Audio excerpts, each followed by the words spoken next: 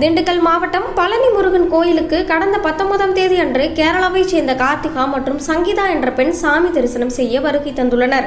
அப்போது சங்கீதா தனது கழுத்தில் அணிந்திருந்த துளசி மணி மாலையை கழற்றி காணிக்கை செலுத்த வைக்கப்பட்டிருந்த உண்டியலில் செலுத்தினார். அப்போது தனது கழுத்தில் அணிந்திருந்த 1.25 சவரன் தாலி சங்கிலியும் சேர்த்து தவறுதலாக உண்டியலில் செலுத்தியுள்ளார்.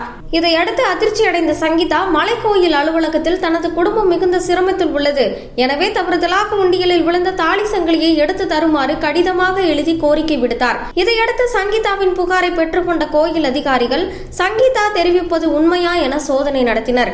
அதன்படி திருக்கோயில் சிசிடிவி கண்காணிப்பு கேமரா பதிவுகளை ஆய்வு மேற்கொண்டனர். அதில் சங்கீதா தெரிவித்தது உண்மை என தெரிய வந்தது.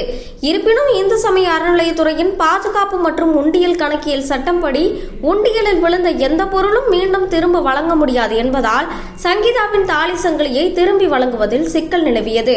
இதுகுறித்து தகவல் அறிந்த பழனி கோயில் அறங்காவலர் குழு தலைவர் சந்திரமோகன் சங்கீதாவின் குடும்ப சூழ்நிலையை மனதில் கொண்டு தனது சொந்த நிதியில் இருந்து தாலி சங்கிலியை வழங்க முடிவெடுத்தார்.